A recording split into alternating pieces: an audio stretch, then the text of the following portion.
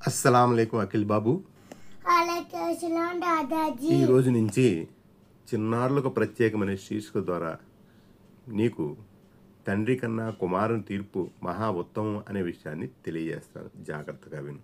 అలాగే దాదాజీ చెప్పండి వింటాను.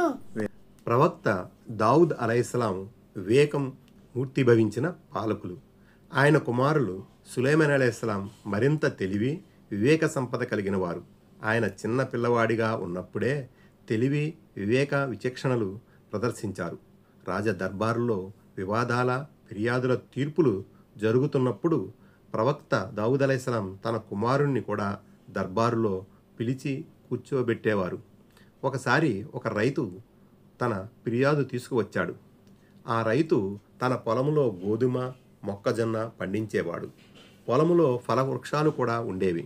ఈ రైతుకు పొరుగున మరొక వ్యక్తి ఉన్నాడు. ఈ పొరుగున వ్యక్తి గొర్రెలు పెంచేవాడు.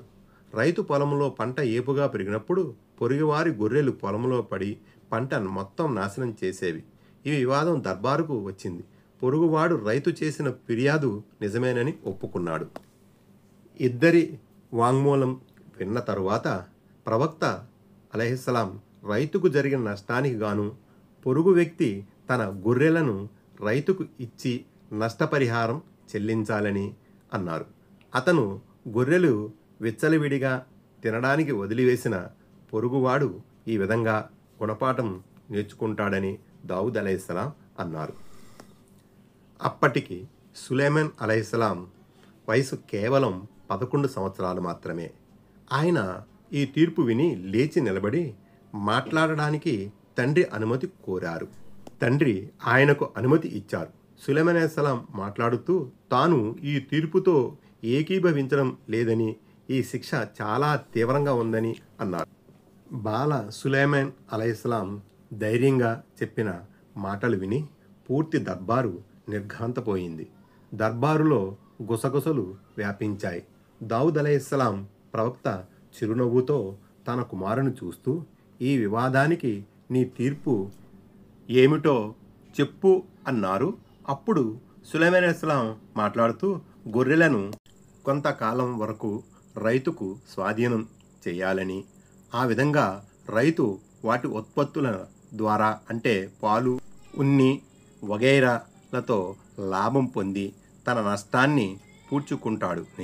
ఈలోగా గొర్రెల యజమాని 1 సంవత్సరం పాటు రైతు పొలాన్ని సాగు చేసి పంట పండించి పంట కోయకుండా రైతుకు అప్పగించాలని, రైతు తన స్వాధీనంలో ఉన్న ఎన్ని గొర్రెలైతే పొరుగువాడు తన ఆధీనంలో ఉంచాడో అన్ని గొర్రెలను తిరిగి అతనికి అప్పగించాలని, వాటికి పుట్టిన గొర్రె పిల్లలను ఇవ్వనవసరం లేదని అన్నారు.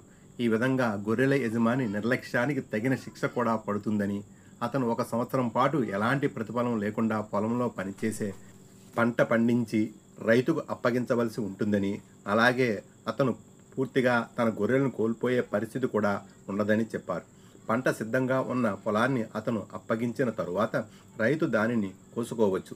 ఈ తీర్పును రాజదర్బారు నిశ్శబ్దంగా వింటూ ఉండిపోయింది. రాజు దావుద్ అలైహిస్సలాం తన తీర్పును ఉపసంహరించుకుంటున్నానని, తన కుమారుని తీర్పును అమలు చేయాలని ఆదేశించారు. కుమారుడు తీర్పు నిష్పక్షపాతంగా, న్యాయసమ్మతంగా, వివేకవంతంగా, తన తీర్పు కన్నా ఉత్తమంగా ఉందని ప్రకటించారు. రైతు, గొర్రెల యజమాని ఇద్దరూ కూడా తీర్పు పట్ల సంతృప్తి వ్యక్తం చేశారు.